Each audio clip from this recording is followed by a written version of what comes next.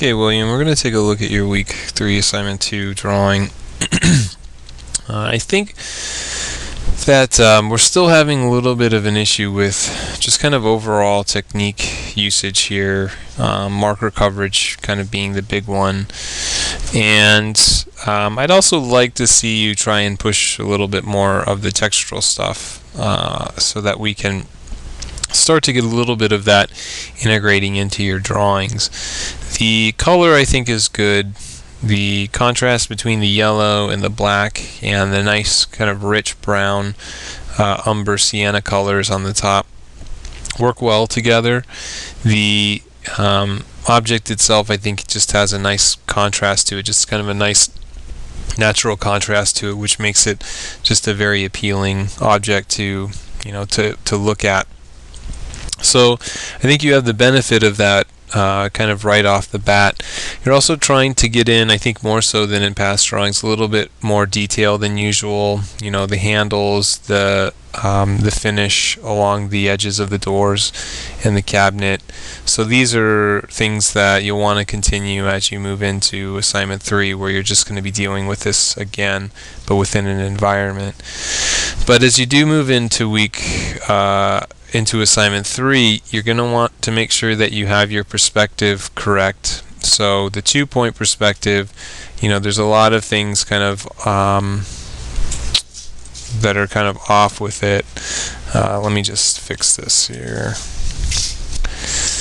So when we take kind of a look at kind of the original one here, and then kind of take a look at the variation where I've kind of adjusted the perspective, you can see kind of the difference between what's going on. You've got an angle that is getting smaller as it moves away from the viewer, which is good in this direction, but I think the main kind of problem that you're running into is that this corner of the cabinet right here is not perfectly vertical as the side, the back side and the far side are. These are just kind of straight up and down, and for some reason this one is moving at an angle.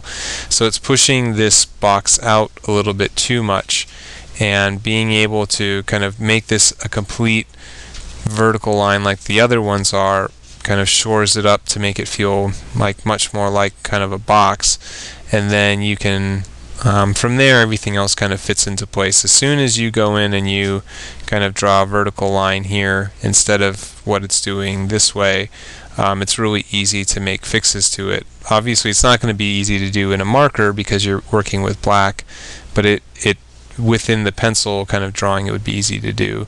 With the 1 point, you just don't really have any perspective in place. You need to have something that's suggesting that the object is receding into space. So it can be a top plane that just kind of recedes, or it can be something like a top plane and a side plane that that will show kind of the side of the object as well. But you'll need to have some component that's giving off a sense of depth. Right now it's just a front face, and we don't have any idea where a vanishing point is. There's no perspective being applied to it. As I was saying in the beginning, I think you have to watch your coverage still. We can very easily see where you're kind of making your marks with your marker. It feels very inconsistent. There's lighter areas, there's darker areas, there's a lot of kind of movement going on, and you have to be much more consistent with it. You either have to go in like this student here does with the background, where you're just kind of going in and making these nice kind of strokes one right after the other, cutting your edges where you need to, or go in like this student has and cover in a way that you can go over top of it with more marker colored pencil to create the texture. But it feels a little too bare bones right now, and because it doesn't have marker over top of it to layer or colored pencil in there for texture, it just feels very, very inconsistent. So there's that. I think a little more value differentiation can help too, which is something we talked about last week, where you need to go in and figure out where a light source is and how does that affect the object. Does it hit it here? Should this side be lighter? Should this side be darker?